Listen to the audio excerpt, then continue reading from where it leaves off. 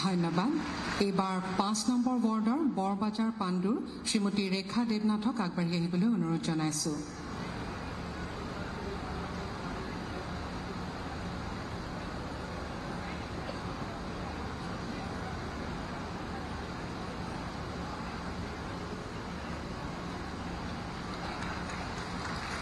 ধন্যবাদ।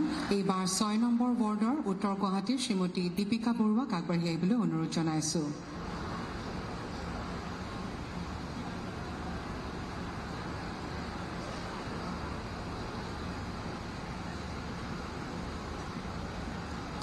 ধন্যবাদ।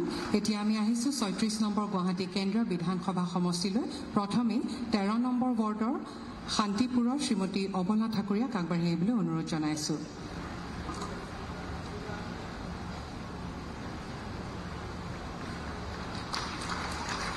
ধন্যবাদ।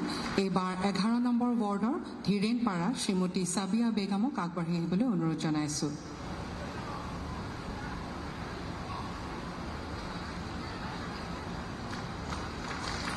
ধন্যবাদ। এইবাৰ ৰূপনগৰৰ Assam child and women welfare ছ'চাইটিৰ কৰিশ্মা কাশ্যপক আগবঢ়াই আনিবলৈ অনুৰোধ জনাইছো।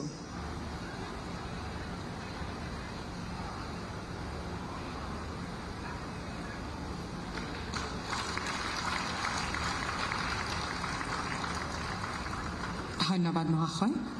মঞ্চত ৰেচন কাৰ্ড প্ৰদানৰ আনুষ্ঠানিকতা ইমানতে অন্ত পৰিল।